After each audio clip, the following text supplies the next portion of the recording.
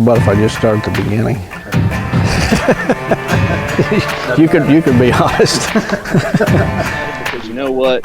They have the sweat equity that went into that memory that they're making with their friends and family. And that's what's important with us, and that's what the I Am Real World's about. Well, that's a great question. You know, one of the best things about a spring food plot is you get a second chance if it fails.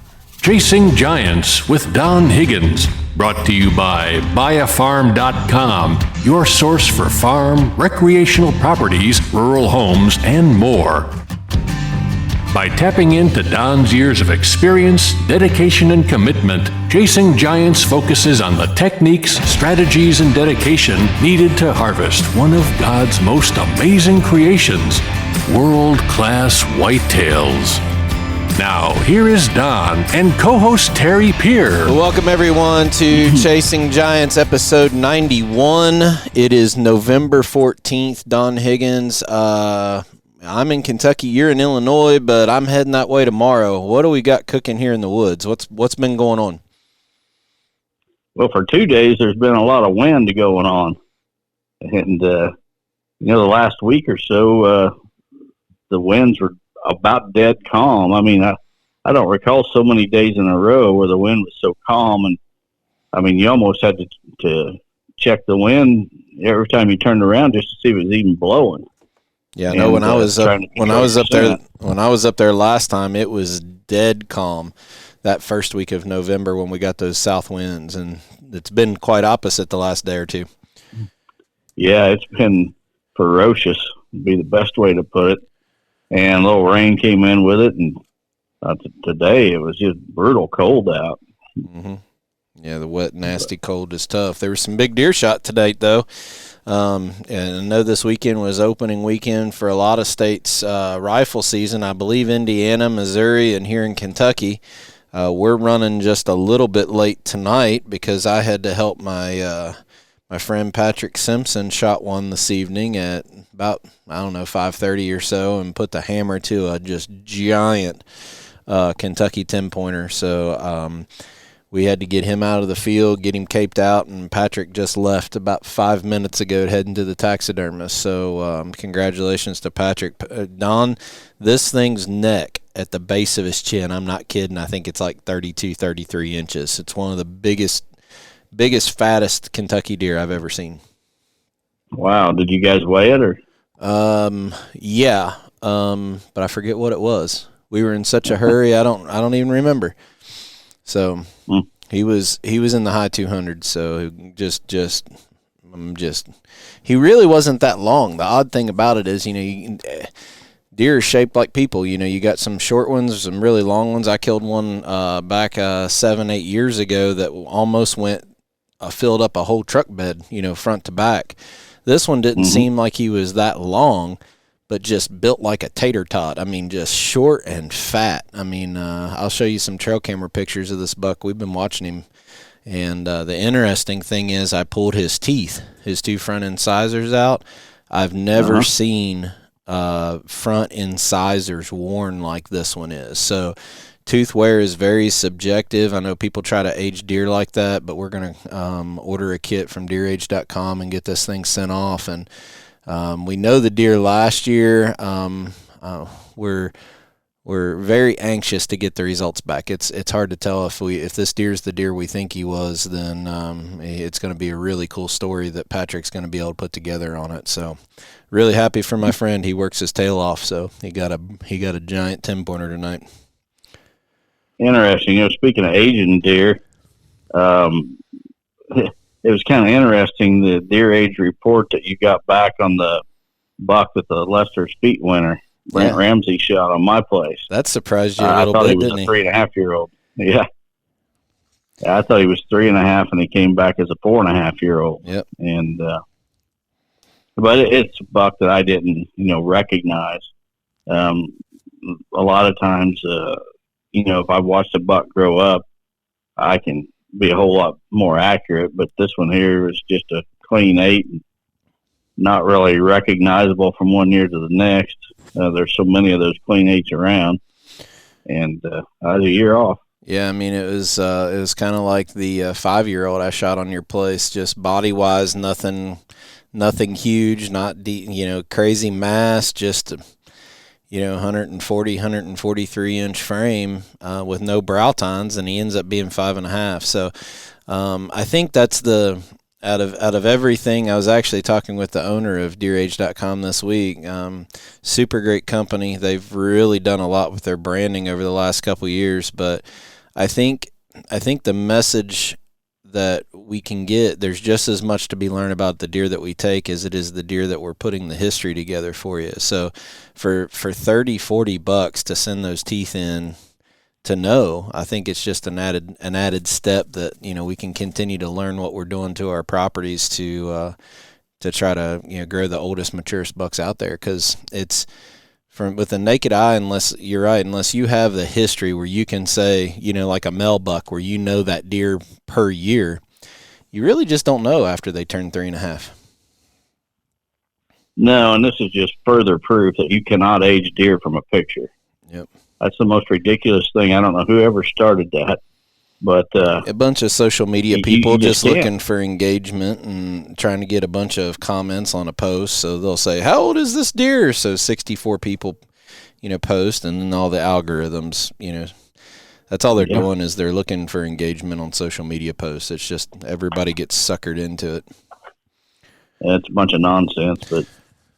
So, but yeah, a couple more big bucks killed. Let's talk a little bit about November 14th. I'm pumped up because I go back and look at my trail camera history, and on November 16th and 17th last year, when I did my spreadsheet and I look at my trail camera and my buck logs, last year the 16th and the 17th were the hottest days that I had of bucks cruising in daylight hours. So we've gone through the peak rut. We've talked about that the last podcast.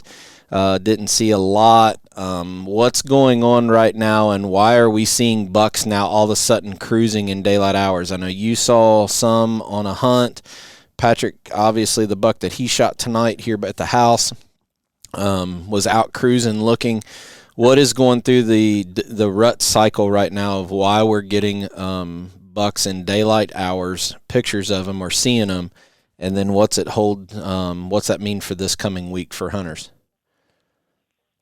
Well, to be honest, I don't think that I recall in past seasons ever at this point, mid-November, seeing so many mature bucks that were not locked up with does.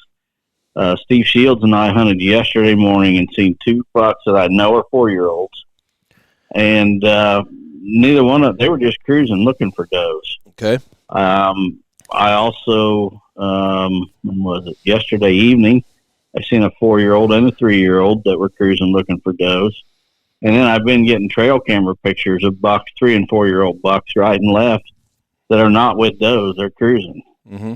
And typically at this point of the season, a lot of them bucks I would expect to be with does. But, when they're not, if a doe's not an estrus, a buck is going to be on the prowl looking for one. And that's when they're most vulnerable to hunting pressure. There was a lot of bucks killed this weekend. Even despite the high wind, they moved because they was looking for does. If they would have been locked down with does, they wouldn't have been near as vulnerable. But there was a ton of them killed. I don't think there was too many in the midday when the wind was howling, but there was some great activity the last hour of daylight, both today on Sunday and Saturday.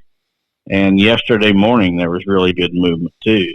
So do you think if I oversimplify this a little bit, do you think what's happened is those first, you look, your most mature, biggest bucks are going to get those, they're going to fight off all the 3-year-olds and 2-year-olds to get those first does that come into heat, November 6th, 5th, 7th, 8th, 9th. Do you think they've already bred those does and they're breaking off of them, going and now looking for the next set of hot does and fighting the other bucks, cruising, running like crazy to try to find the next one that's in heat? Well, that's exactly what they're doing. They're trying to find the next one, but I don't know if it's – I don't think we can – I don't think does come into heat in waves. Mm-hmm. Like there's – a bunch of the first does come in, then there's a break, and then there's a bunch of next does. It's totally random. There's does and heat the entire month of November, and these bucks are out looking for them. But these bucks, I guess that I've been seeing, they're definitely not with a hot doe. So, sure. But if we look between hot does, but if we look at it from, we've talked about this before, looking at it from a statistics point of view, the bell curve, the majority of those does are coming in that, what we've talked about, the magic 3 days that was last week. But, you know, there's going to be some on the front and back side of that. What is some indications, and I have a theory, and you can pick it apart and tell me I'm an idiot, but I've always looked for the fawns. If I look out in food plots or out in the field and see a bunch of fawns by themselves, I'm guessing that their mom is somewhere locked down doing the hibbity-dibbity with a mature buck somewhere, and that's why they're alone feeding in the field. Is that an accurate way to tell you whether you're in kind of a lockdown time? That's very accurate. I mean, you never know for sure. The doe may have been shot or hit by a car or whatever, but a lot of times seeing them fawns by themselves is a very good indicator that mama's out with big boy. Yep. The weird thing for me, I'll be honest with you, is how many does I've seen with their fawns over the last week still going about normal business like nothing's happening. Just really, really odd. I talked to Dwayne Hopkins, and he said that they kind of saw the same thing, just a bunch of does with no rutting activity whatsoever. So, but hopefully we're looking at the weather. We got a little bit of warm weather coming back midweek across the Midwest, and then supposed to get really cold, I think, again later in the week when we get some northwest winds. So could turn out to be a pretty good second week here. It could be, but I don't think it's going to be a good week for me. Well, you got some kind of disappointing news, didn't you? I did. I was my Illinois buck, target buck, that I was hoping to get a crack at this year. He finally returned. You know, I got the last picture I got of him was in July, but he always comes back during the rut to one property I can hunt. And I've just been waiting for him to show back up. Well, this week I got his picture. He did show back up. The problem is he busted off one main beam just past the brow tine. So There's no way I'm going to shoot him like that. In fact, I'm not even going to hunt for him and educate him. I'll hunt for him next year. And last thing you want to do is have them pinpoint your stand, because they'll remember from year to year. And, you know, I think that's one of the reasons I've been successful is I've got stands everywhere, and I just wait for the time to be right and jump in and hunt one of those stands and shoot a buck. And it might be a situation where I haven't even hunted that property for 2 or 3 years, and the deer become real comfortable. And then when there's a shooter, boom, I show up, and you talk about the element of surprise. That's the ultimate element of surprise when nobody's hunted a property for 2 or 3 years, and all of a sudden somebody's there. And so, I've been telling the listeners that this might be the year that I don't shoot a buck, and I don't think everybody believed me. They think I'm being secretive or something, but I'm being serious. There's, especially after this happened, the odds of me shooting a buck this year are really slim. Well, it's you're going to have to do still. We got a little bit of management work to do on your farm. So if nothing else, late season, you got a tag or two that you might end up having to just poke a hole in a management buck and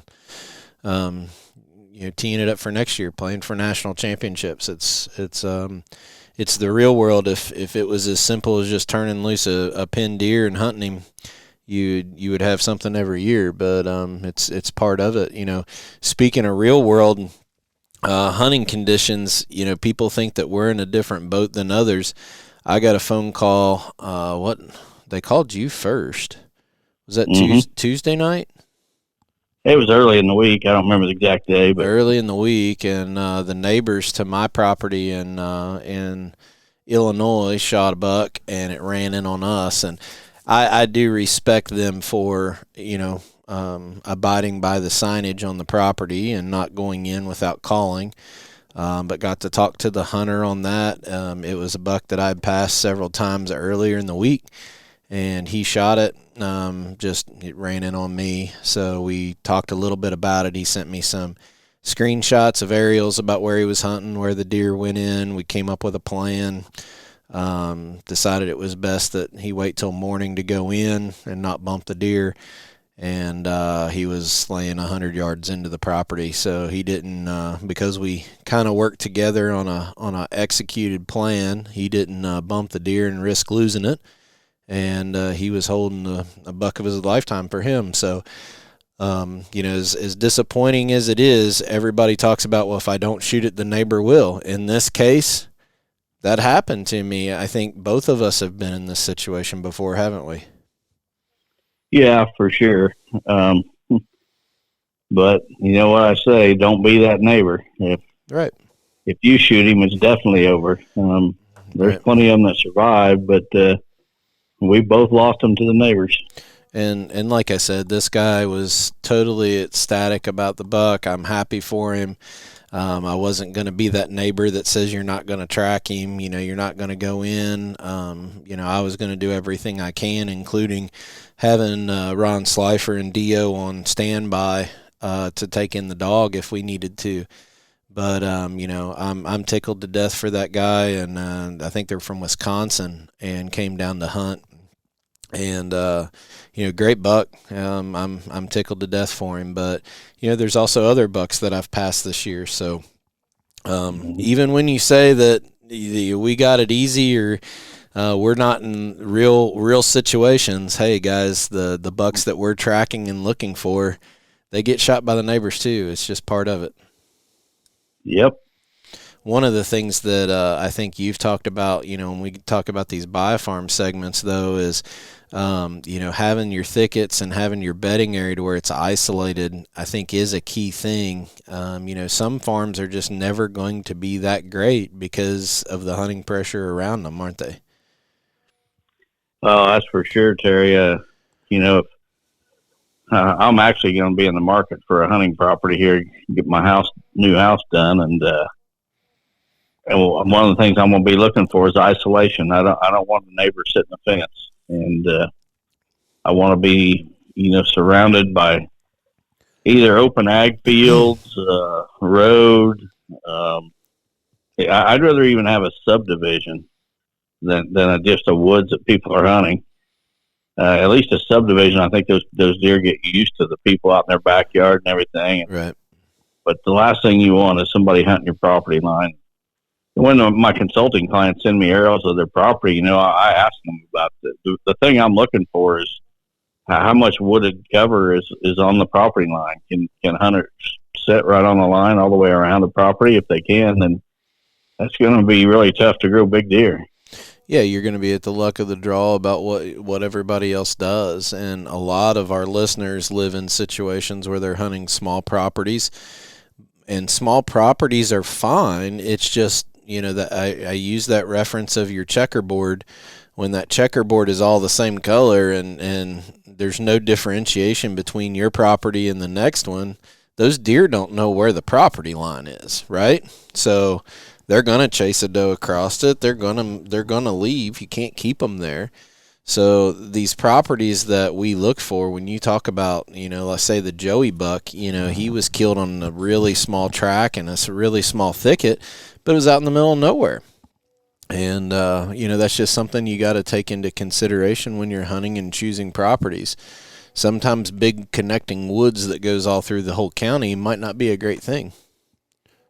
Hey, it's not. And, I think most deer hunters don't recognize what a really good deer property looks like. They recognize what good deer cover looks like, but they don't recognize what the layout of a good deer property is. Mm-hmm. So, all right. Well, before we move on and talk a little bit, we got some announcements to make. Let's tee it up a little bit for the guys like me that are still. I'm taking another week's vacation this week and heading up. We've already been through the peak of the rut. We got the rest of the rut through November. What are some kind of insights or tips that we need to be working on or doing as we're hunting this coming week? Are we playing the wind the same way? What are we doing? Yeah, you still need to hunt the downwind, especially in the mornings, the downwind edges of bedding cover. You're hoping to catch the bucks on the prowl when they're between hot does. You know what? It's something really interesting here. All the years I've been hunting, 45 years now, I've been a whitetail hunter, and I have yet to have a hot doe lead a buck past me, and I killed the buck. Really? I've seen plenty of hot does with bucks on their tails and such, and most of the time you don't even get a shot at them because they're running through the woods so fast. But in all the years, you would think at least once in all those years I'd have a hot doe lead a buck by and I'd kill it, and that's never happened. So that's interesting. That puts me, yeah. So, but anyway, you want to hunt those downwind edges, and you're going to hope to catch bucks when they're between hot does. They're a whole lot easier to kill. Yeah. They're not running around random full speed through the woods, but they usually are on a pretty good pace covering some territory. Yep. And then in the evenings, hunt the food sources. And yep. The does are going to show up on them food sources, and the bucks know it, so they're going to show up there too. They're going to come and check them. Yep. All right, so there's a lot of tags of people that hopefully can get it done this coming week. We're excited coming up to hunt bow season till gun opener in Illinois. Are you going to – I mean, what are you going to do? I think you got some things going on at the house this week that you need to be there for. You thinking about heading out to Iowa then? Yeah, with this new house, it's just the timing has just been terrible this year. I'm going to take 2 or 3 days off and get some work done around here since my target buck shows up with a busted antler. And I do have photos of I haven't been able to really see clearly, but I'm getting photos of a buck in Iowa that shows some potential. I don't really know.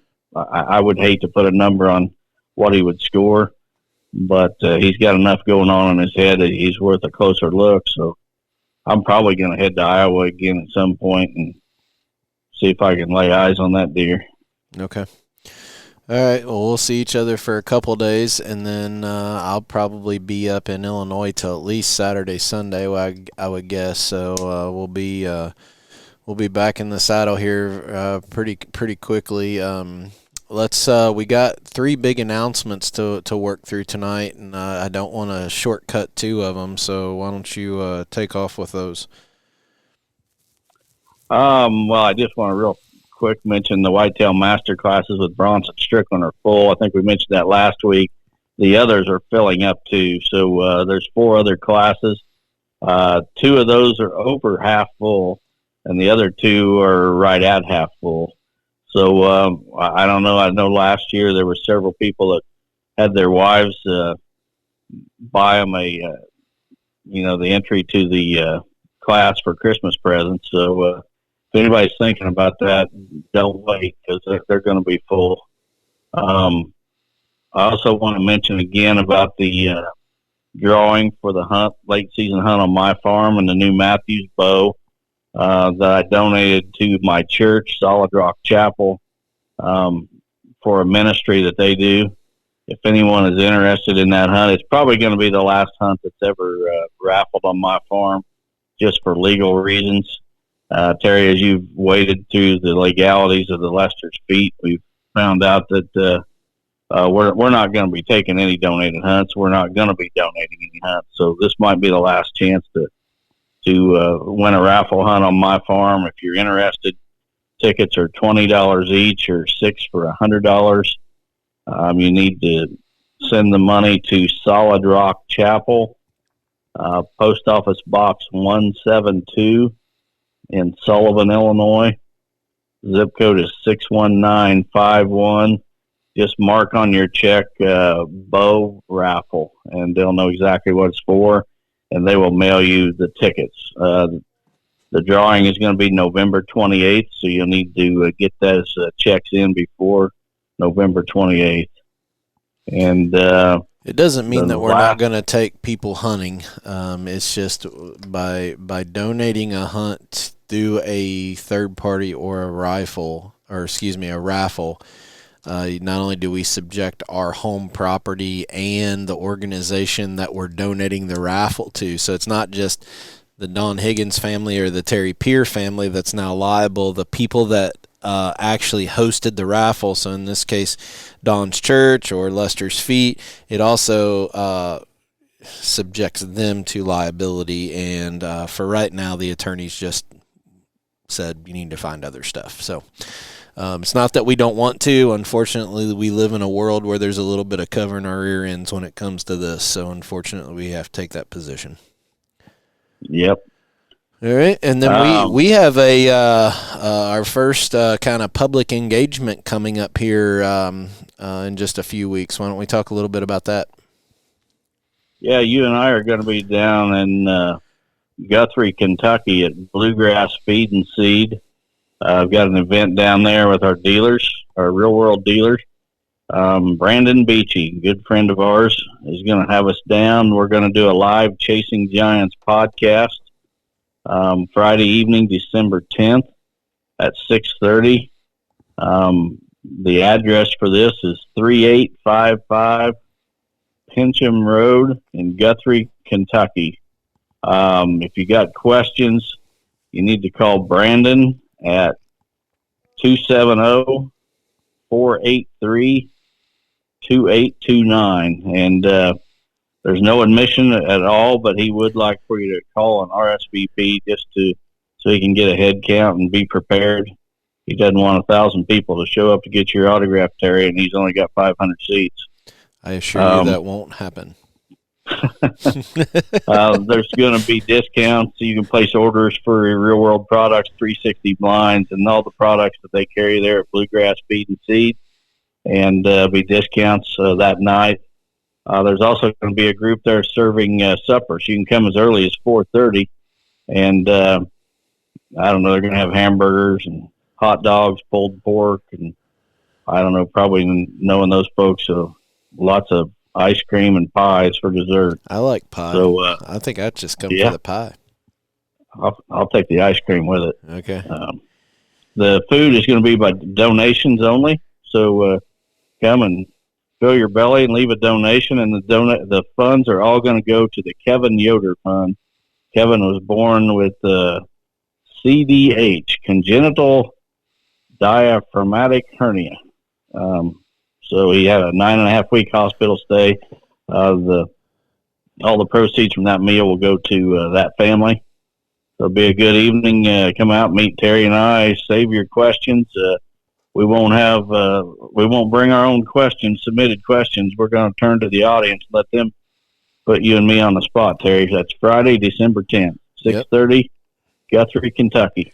And usually it's tough to get somebody to ask the first question at these things, but once it gets rolling, it's a lot of fun to actually do it live. I remember the best one I remember is when was in Shipshawana, I think last year, and I was my mouth kind of hit the floor when somebody from the live audience said, "Is it possible to be a Christian and still be a vote Democratic?" So we get quite a bit of questions, and we're live on the spot, but we don't shy away from anything. So just like we don't edit this one, it's a good time, and appreciate you guys coming out. But give Brandon a call and let him know you're coming. He's also gonna have discounts on all of his stuff. So 360 blinds, real world, wildlife products, all of his stuff is gonna be discounts there. But I'm excited to help support this Kevin Yoder Fund. Through the work we've done with Lester's Feet, we see what extended stays of hospitals rack up with medical bills. So I know that the 9.5-week stay, they got a lot to overcome with a big medical bill. So we're going to go there and support that for that night. Yeah, and speaking of Lester's Feet, Terry, this week I seen you made an announcement. You might want to talk about that.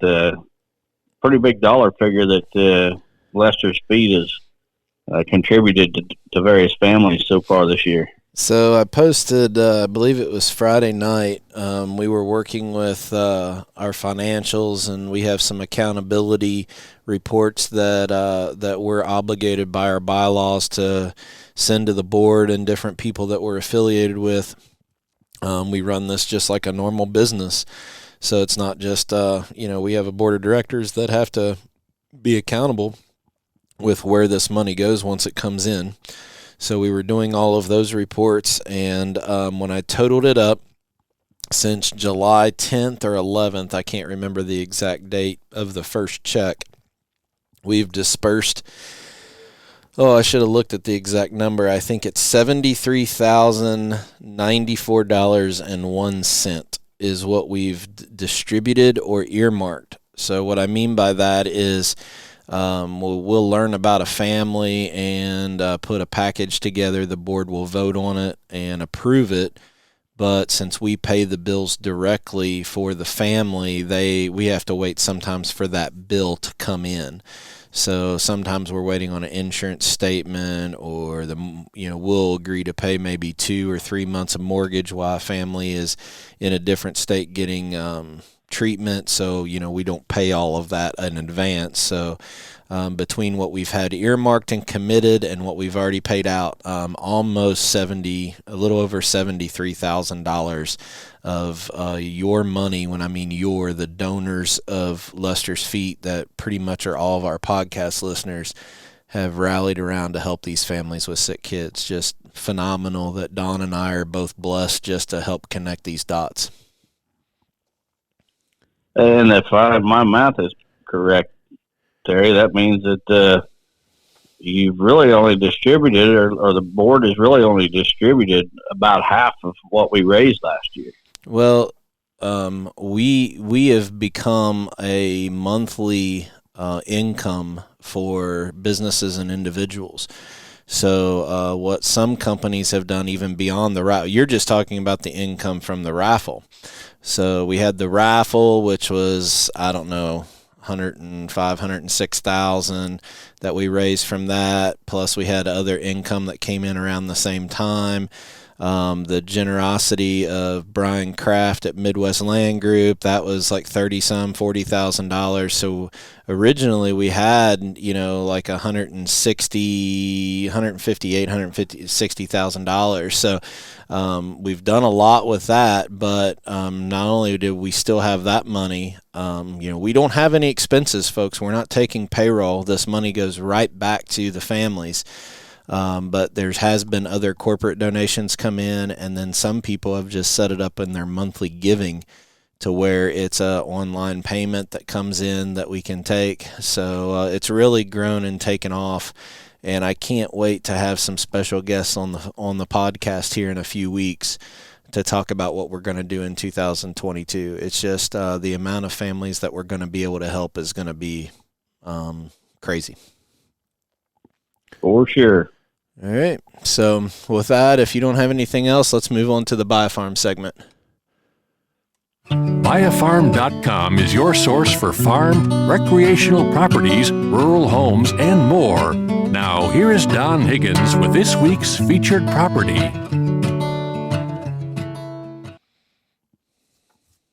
Okay, this week's featured property is an online land auction in Jefferson County, Illinois. It's for 509 acres in 3 different tracts. It's located just east of Mount Vernon, Illinois, and just off of Interstate 64. And you don't have much time to act on this one, folks. The bidding closes Thursday, November 18th, this Thursday at 8 p.m. But we're trying to get the word out here last minute to get those last minute bids in. Track 1 is 225 acres, and of that, 205 of it's tillable. Track 2 is 134 acres, and that's pretty much all tillable. And then track 3 is 150 acres. 119 of that is tillable, and 32, almost 33 acres is enrolled in CRP.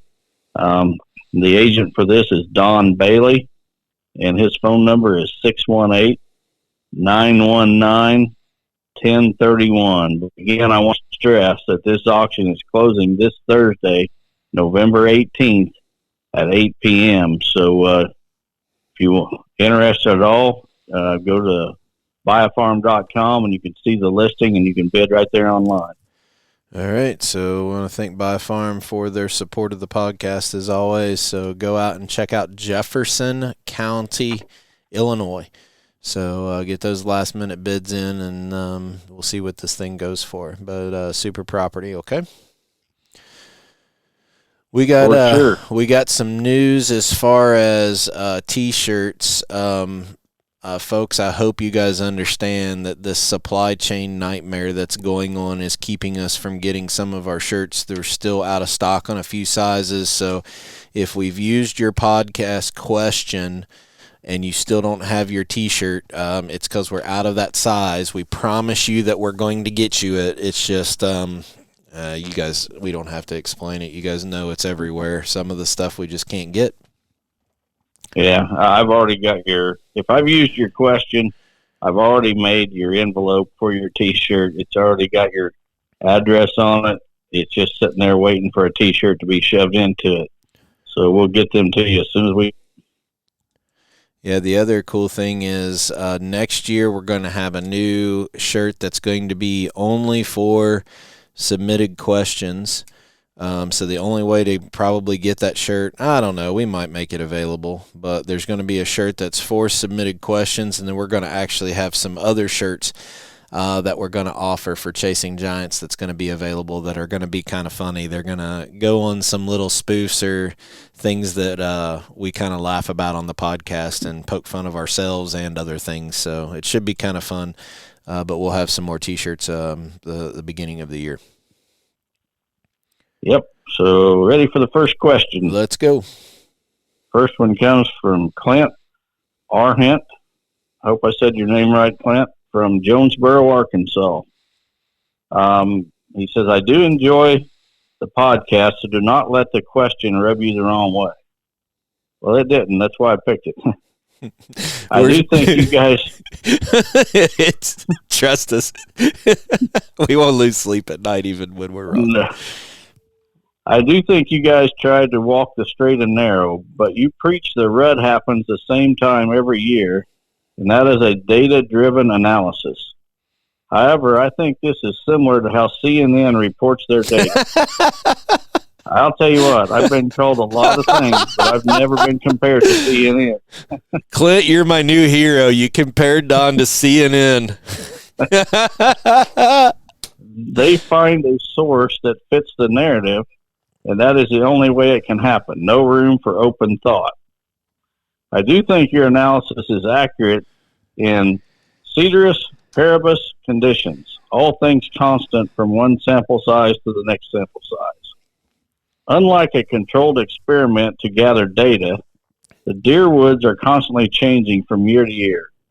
Sometimes habitat changes, farmers harvesting their crops at different times of the year, flood-prone areas pushing deer elsewhere, etc. Defoliation happens different year to year. Cold fronts, herd health, food availability, demographic ratios, and moon phases all vary year to year. Do you really believe none of these factors play a role in putting a buck in the mood to mate? I know a stress level of a male human affects the mood to mate. Why are you so sure it does not with deer? Clint, I need to ask you a question. Are you a liberal? Oh, no. I read this. No, I'm just kidding, Clint. I got 3 great questions in a row. We're getting so many submitted questions, Terry. I mean, we're getting some days we'll have 10 or 15 in one day. But this one day we got 3 in a row that were all just excellent, and Clint's was one of them. Yeah, this is a great question. And he makes a great point. Things change from fall to fall. This fall, for example, was unlike any that I ever remember in that it was so wet and so warm that in November, I mean, even right now, we're still seeing trees with green leaves on them. The foliage is a month late, basically. Yeah. We talked about that last time I was up there. I went to one of my rut spots that I can usually see a whole bottom ravine, and I couldn't even see down in it because it's just different than it's Yep. ever been all before. the leaves still on. So he makes a great point in that things do change from year to year. Comparing me to CNN and saying I find a source that fits the narrative, I'm not sure that I agree with that. But we need to really look at what triggers the rut. What triggers a doe to come in heat, and it's daylight hours. The pineal gland in the corner of the deer's eye is what triggers a doe to come into estrus. And it's got nothing to do with the male. At the end of this question, he suggests the male being in the mood to mate. Well, most males I know are always in the mood to mate. I don't care if it's a dog. A buck's gonna hump a fence post if it lets him. Yeah, I seen 2 bucks humping each other in a picture the other day. So I bet they were liberals. they definitely were liberal deer. They had a rainbow flag stuck in their antlers. But anyway, it's the daylight hours that triggers the rut. It's not all these other things that do change from year to year. And I'm not looking for a source to fit the narrative. For 25 years, I had captive deer, and the fawns were born at the same time every year. You could just count on it. That last week of May is when they started. Memorial weekend, I was always dealing with the first fawns of the year.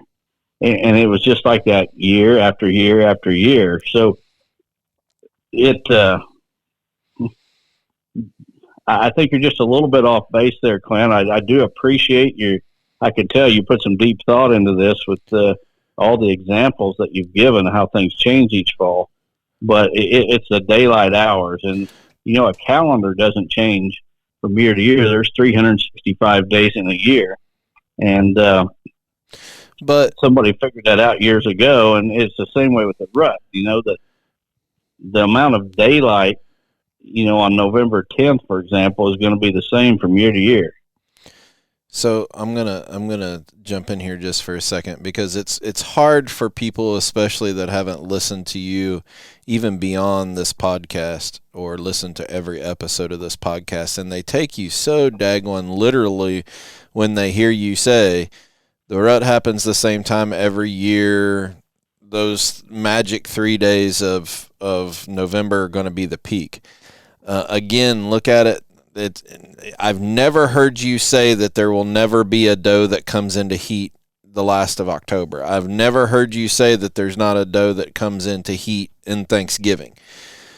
We're talking about the bell curve of where everything is mashed, and then you get down much further numbers. So, and then what happens is listeners or people like Clint might say, well, this year I saw rutting activity on October 27th, and then this year I saw it on November 6th, and then the following year, well, I think what he's seeing is one specific hot doe that's running through that area. You said it last week better than any time I've heard you say it. The activity that you hear or you see in the woods is based on what does are hot in that area. If you're hunting 600 yards away from that spot, it might be completely dead. Oh, yeah, for sure. I say that very rarely do does come in October. Well, I'll tell you what, every year in October, there's does coming in heat. That doesn't mean there's very many. Right. But somewhere in the whitetails range, there's does in heat in October. So I just, in my observations with both the captive deer and the wild deer, I just have seen it one time in captive deer, and I've never seen it in the wild. I think that there's a lot of people totally confused, and they don't interpret what they see very well. They see a buck chasing a doe around, and they just assume she's in heat. Well, that's not necessarily the case. He may be wishing she was in heat, but that don't mean that she is. Well, I will give it to Clint because, he's from Arkansas. I'm from Kentucky, but he just showed me up because he used 2 words in that question that I've never even heard of before, much less know how to spell them or pronounce them. So kudos to you, buddy. Well, I'm not even sure I pronounced them right, but what did you say? you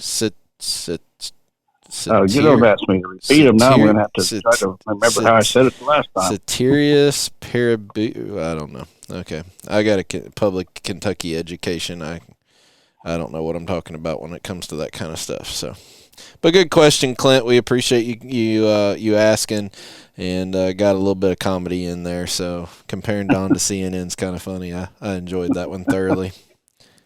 Well, if you see them deer with rainbow flags in their antlers, run the other way. That's all I can tell you. Somebody posted a picture on social media the other day of a buck rubbing a small tree, and when he raised up, the whole tree came out of the ground. And he was carrying it around in his antlers. It was kind of funny. All right, what other question do we got here? Next one comes from Michael Johnson from Bechtelsville, Pennsylvania. Michael says, Don and Terry, keep up the great podcast. You guys talk about the mature bucks being a different animal. Would that also relate to mature does as well? Wow, great question. Do does that are mature have some similar traits that a buck would have, like scent checking their bedding? Curious what your take is on this, and do you believe that mature does are more attractive to a mature buck during the rut? Love the podcast. Well, mature bucks or mature does are no more attractive to a mature buck than an immature doe. I mean, the buck being the male, he doesn't really care. He just wants a doe that's attracted to him. And he wants a lot of them. Yeah. As far as them being different, a mature doe is nothing like a mature buck. And let me give you an example. Actually, a doe is nothing like a buck, period. I want to give you an example. So where my home is and my yard is right next to basically my deer cover on my property. And during certain times of the year, we will have deer in our yard on a fairly frequent basis. Like early in the fall, we've got some pin oak trees in our yard that'll drop acorns. And when they do, the deer come up right in the yard to eat them right in the daylight.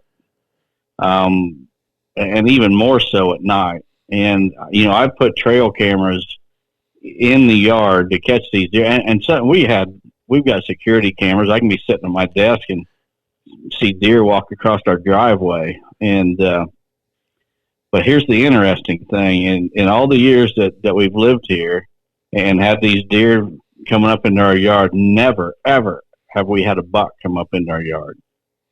Not even a 1.5-year-old buck. The bucks are just more skittish right from the get-go. And we'll have mature does, old mature does. We'll bring their fawns up into the yard. Not think a thing about it, but even a yearling buck will not. They're just way more reclusive. Now, that I'm not saying that I think a yearling buck is smarter than a mature doe. You get those old does are a whole lot sharper in the woods than a yearling buck. But for whatever reason, the yearling buck just won't come into the yard like a doe will. So you almost have to hunt a mature buck as a totally different animal than the other deer. And there's just nothing similar about them as far as I'm concerned. And if you think about it, they got two different roles. In nature, an animal's purpose, if you will, is to reproduce. It's the same way with a plant. A plant's purpose is to reproduce. And, once that happens, a plant dies. Well, with deer, a doe's purpose is to raise those fawns. And so she lives a totally different lifestyle than a buck. A buck's purpose is to breed those does in the fall. That's why these bucks are going crazy right now, running around. They are fulfilling their purpose. What God created them as males to do is breed those does. Well, the doe's purpose is to raise those fawns, to perpetuate the species, if you will. So a buck and a doe really has two different purposes in life, and they have two different lifestyles as well. That doe's looking after those fawns who are curious and on their feet all the time, and so is she, where a buck is more reclusive most of the time. And that's why we hunt the rut so hard, is because that's the one time of the year where those reclusive bucks let down their guard a little bit, and they're way more active than they are the other 11 months of the year. I'm going to relate this question to something that, well, I'm going to phrase it the way everybody who's listening to this podcast right now can relate to. You're sitting in your stand and you get busted. Think about when you get busted by a buck, and think about when you get busted by a doe. Mm-hmm. That buck turns around and he's gone. That doe, many times if she has her fawns with her, she will walk towards you. Have you ever noticed that? She'll actually get in between you and the fawn. She'll come stomping at you, stomping her foot, and then all of a sudden the blowing starts. And she'll run off to, where she thinks she's a safe distance, and she blows and she blows and she blows. She's warning everybody in that woods that something's not right. Mm-hmm. I've never seen a buck act like that. That's a great point. They turn around and they're out of there. If they know something's not right, they're gone.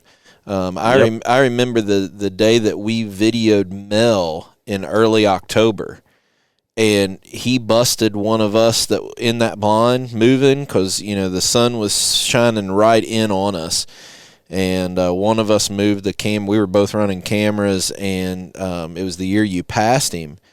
And, he knew something wasn't right. He got out of there. He didn't bolt. He didn't put his tail up and run. But if that would have been a doe, she would have stomped around that food plot for 20 minutes blowing at us. Yeah.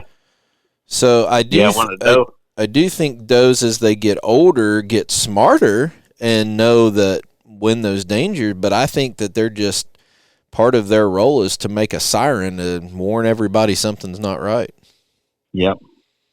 Yeah, a doe sees or smells something she don't like, and everybody in the woods is going to know it, and she's not leaving until she figures it out. Or she gets her fawns out of there. Yep.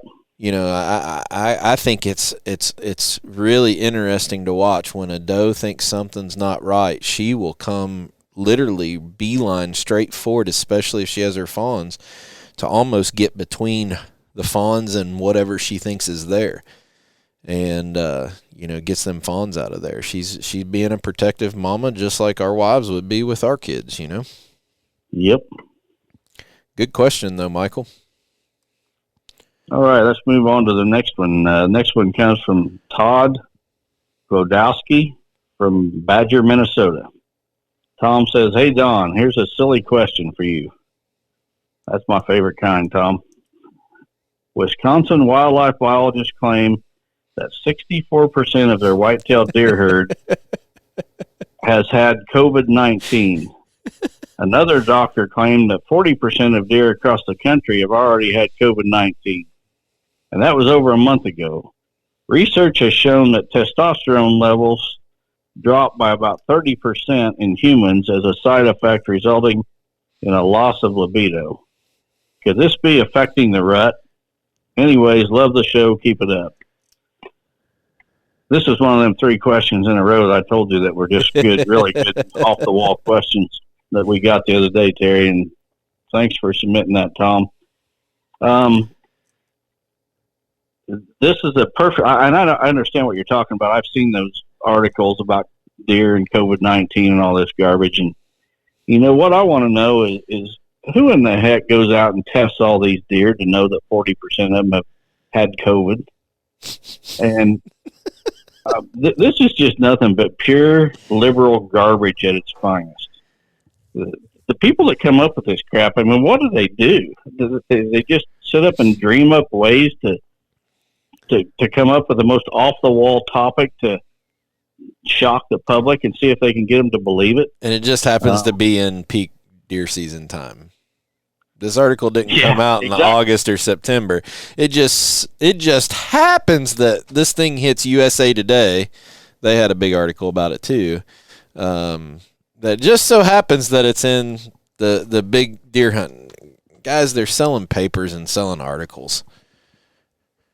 It's a COVID is a political disease. It's all politics. If you look at how it's being handled, I ain't going to get on that tirade. COVID is a political disease. CWD is a political disease. There's no way they know how many deer have had COVID And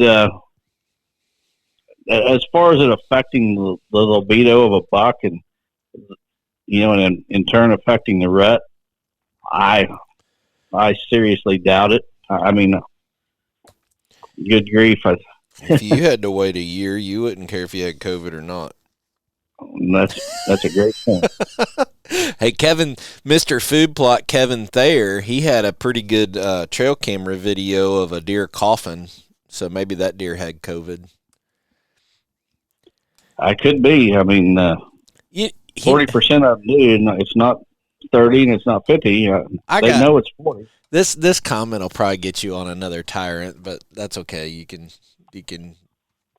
laugh at me anyway.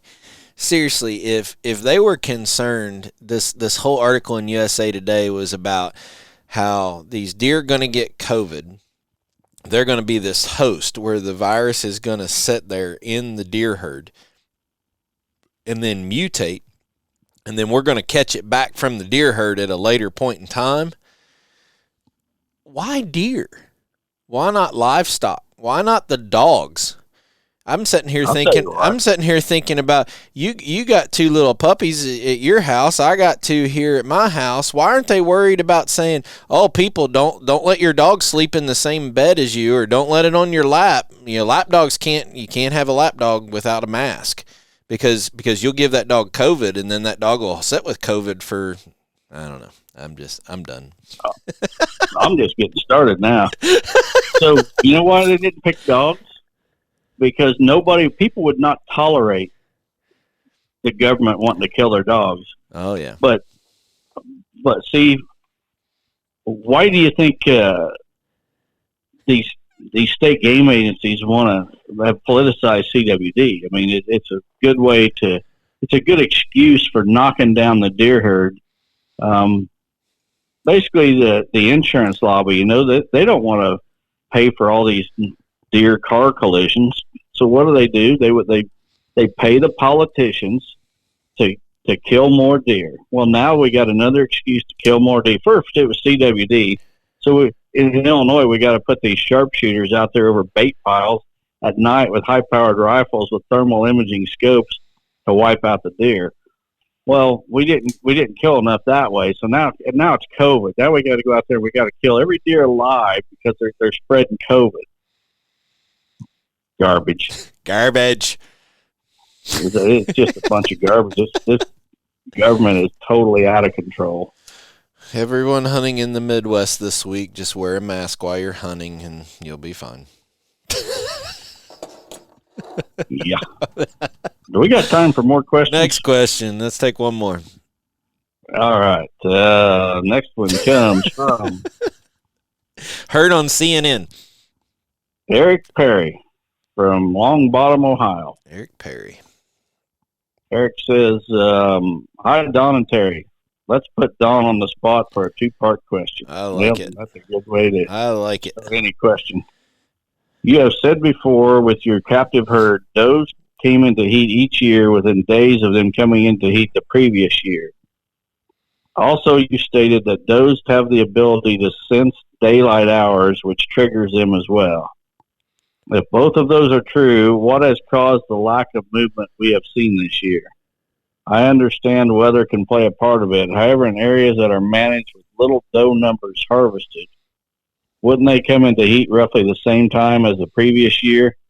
Next question, when the fawns come into heat late January, will they always be late coming into heat, or does maturity change that? Thank you guys for not only putting on a great podcast, but all you guys do through Lester's feet. God bless, and let's go, Brandon. Did he take that? Yeah, he did. Okay, first of all, not every doe is going to come into heat the same day every year. With my captive herd, I noticed that some does, you could almost mark it on the calendar when they were going to come into heat. So with a doe fawn, typically a doe fawn, it's based on weight. When they reach about 80 pounds live weight, they'll pretty much enter estrus at that point. You mentioned January. I think there's probably more doe fawns come into heat in January than any other month, but it's very random. There'll be doe fawns come into heat in December, probably even some in November. If a doe has a single fawn and it's a doe fawn, and that fawn has got plenty of milk and nutrition, hit 80 pounds there in November, but there's going to be some come into heat in December and January and even February. So it's randomly scattered, although I think the heat in January. Will they always come into heat in January? Absolutely not. After that, that pineal gland in the corner of their eye will regulate. The daylight hours will basically tell them when to come in heat. At that point, it could be the same year after year, but it's not like that with every single doe. It is with some, though. So I think that answers all the questions that Eric had. The lack of movement. I do have a comment on that. I pulled trail cameras yesterday when Jonathan and I were out hunting, and we hunted. He hunted with a rifle. Saturday morning, good conditions, a little cold. Wind wasn't too high yet. We saw 5 does, no bucks. The does weren't even. They were acting normal. Saturday night, saw 8 does. Nothing came out and checked them. Nothing bumped them. Not even, a little spike or anything. But I thought, my goodness, what is going on here? I see all these does and no rut activity. I pulled the camera card or the cards, and it's night and day difference. In the middle of the night, there's bucks chasing, bumping. I mean, you can tell in the pictures. I run enough trail cameras on my property. I can see it. They're on this end, then they're on that end. Bucks with their lips curled, all at night. So, for whatever reason, at least on my place here in Kentucky, the rutting activity's been going on the last 2 weeks. I just haven't seen it in daylight hours. Mm-hmm. Well, we've said it in the last couple of podcasts that you cannot get all wrapped up in your little observation, because, you're observing one little area and only for a few hours at a time while you're out there hunting. And you can't let that, what you see totally dictate what you believe is happening, because you're just seeing a small portion of the whitetail world, if you will. And, you could be 200 yards away and seeing just the opposite. Right. So I think keep in mind that your observations are very, very, very limited. But I think for the most part, I think people that listen to this podcast are starting to think about the rut a little bit more, and these cycles that, a lot of our listeners never even considered any of this kind of stuff. So this is their first time really. I think for the most part, the Midwest can say, for the most part, that activity during this rut's been really off, that they haven't seen a lot, that it hasn't been as good as they have. So I think people are trying to overanalyze a little bit more and saying, oh, well, maybe this isn't really what's going on. But I think we're starting to help people understand the phases of everything and what's really going on with the rut. I don't know that material is really out there anywhere else. Well, I'll throw out another observation from this year's rut. I've got a video out on my YouTube channel called the 4 Rut Myths, or 4 Myths of the Rut, or something like that. But anyway, one of those, the one that everyone wants to disagree with, is about new bucks showing up. I said that I don't see new bucks showing up during the rut like a lot of people claim. And the bucks that I see, I've already got on trail camera at some point. I know those bucks. They may not be very visible, but this fall during the rut, I've spent a lot of time searching for a shooter buck, and that's typically not what I'm doing. Typically, I've got a target buck, and I'm really concentrating my efforts in that buck's range. And this year I've hunted a wide area, and I'm looking for a shooter buck. And I'm going to these different properties where I've had trail cameras, and every buck I'm seeing, I know. And I went to numerous properties where I know what the biggest buck that I've had on camera is, and I see that buck. And but I'm not seeing new bucks, and I know that some of that is due to terrain. I'm in open ag country with small woodlots, scattered here and there. Someone in a different terrain, maybe along a major waterway, river, creek, whatever, may see something totally different. But I've had extremely good fortune this year, I guess, to hunt for all these different properties, and I'm seeing and getting shooting opportunities if I would care to shoot them at the biggest bucks that are there. And these bucks are not with does; they're all on their feet looking for does. And I've just not seen the lockdown phase like I typically do, where you'll see a big buck out in the middle of an open ag field with a doe, or maybe 2 or 3 bucks with a doe out in an open ag field. I have yet to see the first example of that yet this year. So this year has been a little different. I tell you, when new bucks do show up, it's late season. Oh yeah. Yep. That's a different ball. That's a different ball game, boys and girls. So we'll be talking about that here in a couple weeks. So with that, we're a little bit over an hour, 5 minutes, so we need to wrap it up. We want to thank everybody for the support, guys. The best thing that you can do if you enjoy this podcast platform is leave us a review on whatever platform you're watching it on. Leave a comment on Don's Higgins Outdoors Chasing Giants YouTube page. That helps other people find it with that have like search histories. So social media is a really weird thing in how all the algorithms work. So if you guys are commenting, leaving reviews, just if it's encouragement or discouragement, comparing Don to CNN, whatever you want to do, any engagement is good engagement. As far as recommending it and making it visible to other people. But the biggest thing you can do is obviously tell your friends about it and share it and keep us in your prayers. We're trying to grow this platform as much as we can, but still stay true to who we are and what basically built it to this point. We're not going to sell out to something different for the sake of a dollar. So keep us in your prayers. We want to thank everybody for your support. And Don, I got a feeling I'm going to shoot something this week. I just got a feeling. I've got a feeling you've got a lot better chance of doing it than I do.